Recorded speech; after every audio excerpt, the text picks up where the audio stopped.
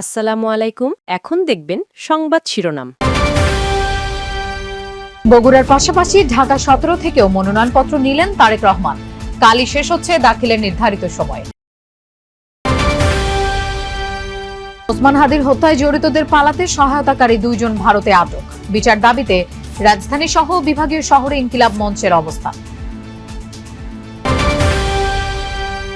চূড়ান্ত প্রার্থী ঘোষণায় হিমশিম খাচ্ছে জোটগুলো। এনসিপি থেকে এবার তাজনুভার পদত্যাগ, বিভেদ সৃষ্টির চক্রান্তকারীদের বিষয়ে সাবধান করলেন মির্জা ফখরুল।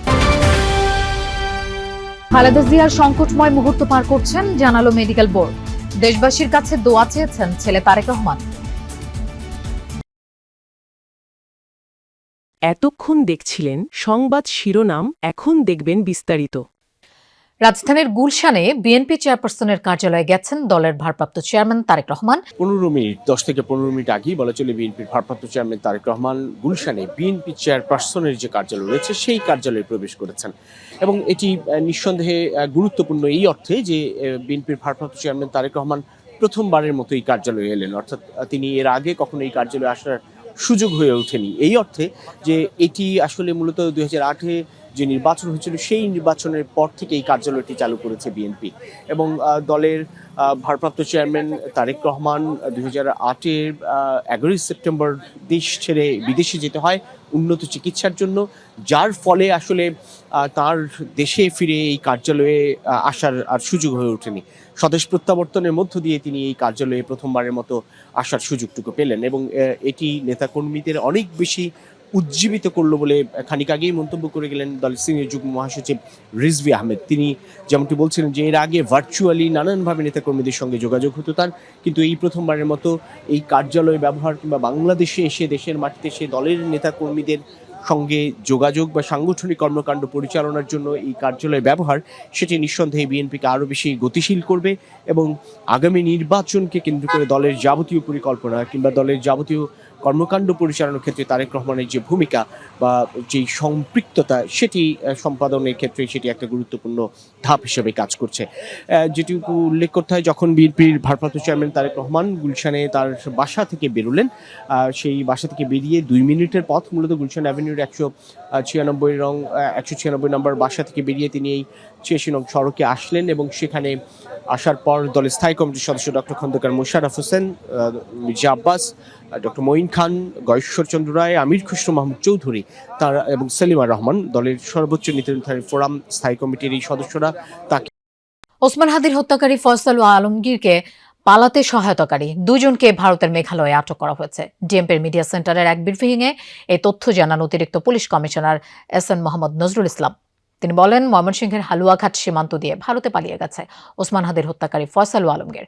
তিনি বলেন, শুটার ফয়সাল ও মোটরসাইকেল চালক আলমগীরকে পালাতে সহায়তাকারী সহ মোট 11 জনকে গ্রেফতার করা হয়েছে। ওসমান হাদি হত্যার ঘটনা পূর্ব পরিকল্পিত, তাই ফয়সাল ও আলমগীর ঘটনার পরপরই ময়মনসিংহের হালুয়াঘাট সীমান্ত দিয়ে পালিয়ে যায়। এ ঘটনায় 6 জন স্বীকারোক্তিমূলক জবানবন্দি দিয়েছেন। পুলিশ বলছে, মামলাটির তদন্ত শেষ পর্যায়ে আগামী 7 দিনের মধ্যে চার্জশিট দেওয়া হবে। পুলিশের ধারণা, 5 আগস্ট পরবর্তী সময়ে ভোকাল ছিলেন ওসমান হাদি। তার বক্তব্যে একটি গ্রুপ ক্ষতিগ্রস্ত, তাই তাদের টার্গেটে পরিণত করা হয় ওসমান হাদি। রাজনৈতিক কারণে হাদিকে খুন করা হতে পারে, ব্রিফিংয়ে জানান নজরুল ইসলাম। তিনি বলেন, হাদির খুনিদের দেশে ফিরিয়ে আনার চেষ্টা চলছে। আসামিদেরকে চিহ্নিত করার পূর্বেই তারা সীমান্ত পাড়ি দিতে সক্ষম হয়। হালুয়াঘাটের পূর্বে মুন ফিলিং স্টেশনে জনৈক ফিলিপ এবং সঞ্জয় তাদেরকে গ্রহণ করার জন্য অপেক্ষা করতে থাকে। এনসিপি থেকে পদত্যাগ করেছেন যুগ্ম আহ্বায়ক তাজনুভা জামিন। এনসিপি থেকে পদত্যাগের বিষয়টি তার ফেসবুকের ভেরিফাইড পেজ থেকে জানান। পোস্টে তিনি লেখেন, হয়তো জামায়াতের সাথে জোটে ঐতিহাসিক কারণ বা নারী বিষয়ের কারণে আপত্তি, তবে এর চেয়েও ভয়ঙ্কর যে কারণ তা হলো সেটা যে প্রক্রিয়ায় হয়েছে। তিনি আরও লেখেন, কয়েকদিন আগে সারা দেশ থেকে মনোনয়ন সংগ্রহের ডাক দিয়ে 125 জনকে মনোনয়ন দিয়ে 30 জনের সিটের সমঝোতা করে বাকিদের নির্বাচন করতে দেয়া হবে না। এই সিদ্ধান্তে সিলমোহর বসানো হয়েছে। বিষয়টি ঠেলতে ঠেলতে একদম শেষ অবধি এনেছে যাতে কেউ স্বতন্ত্র নির্বাচনও করতে না পারে। তিনি জানান, আগামীকাল মনোনয়ন জমা দেওয়ার শেষ তারিখ পুরো অগোছালো করে চোখের পলকে ডিজোন করে দিয়েছে। অনেকে মনে করছে যে জামাতের সাথে জোটটাই একমাত্র কারণ। আসলে জামাতের সাথে জোটটা না, জামাতের সাথে যে প্রক্রিয়ায় জোটটা হয়েছে এটা আমি অনেকটা মনে করি যে এই প্রক্রিয়াটা আগে থেকেই পরিকল্পিত ছিল, এভাবেই প্ল্যান করে এটাকে এতটুকু নিয়ে আসা হয়েছে।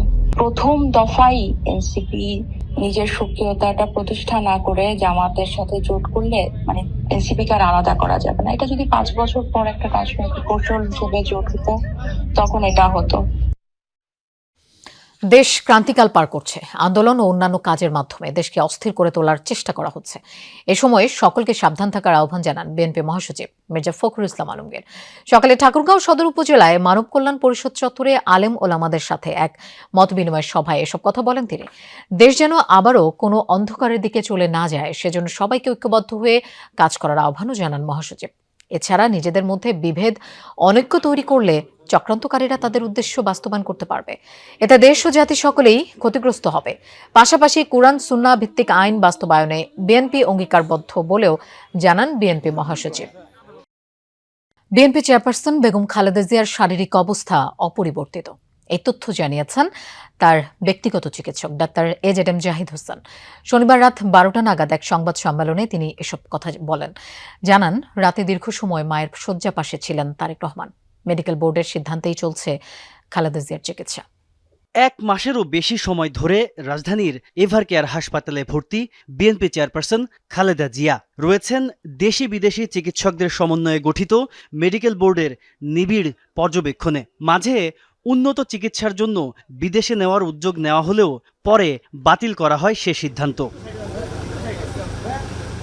শনিবার রাতে ধানমন্ডির শ্বশুরবাড়ি থেকে বেরিয়ে সরাসরি এভারকেয়ার হাসপাতালে যান বিএনপির ভারপ্রাপ্ত চেয়ারম্যান তারেক রহমান। রাত 10টার মিনিট 20 আগে হাসপাতালে পৌঁছান তিনি।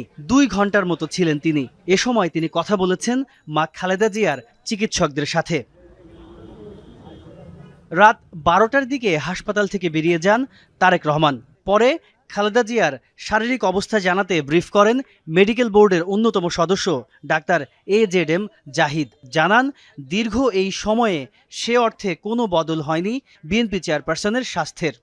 স্বাভাবিকভাবেই ওনার শারীরিক অবস্থার উন্নতি হয়েছে এই কথা বলা যাবে না, কিন্তু ওনার অবস্থার অত্যন্ত জটিল এবং উনি একটা সংকটময় মুহূর্ত পার করছেন। যদি আল্লাহ করে উনি চিকিৎসকদের চিকিৎসা প্রচেষ্টা এবং আল্লাহর শেষ মেহেরবানিতে উনি যদি এই সংকটটা উতরিয়ে যেতে পারেন আলহামদুলিল্লাহ, তাহলে হয়তো আমরা ভালো কিছু পাব। ডাক্তার জাহিদ জানান, চিকিৎসকদের সাথে সার্বক্ষণিক যোগাযোগ রাখছেন তারেক রহমান। দলের নেতাকর্মীদের হাসপাতালের সামনে ভিড় না করার নির্দেশনাও দিয়েছেন। দলীয় নেতাকর্মীকে উনি নির্দেশ দিয়েছেন এবং অনুরোধ করেছেন যাতে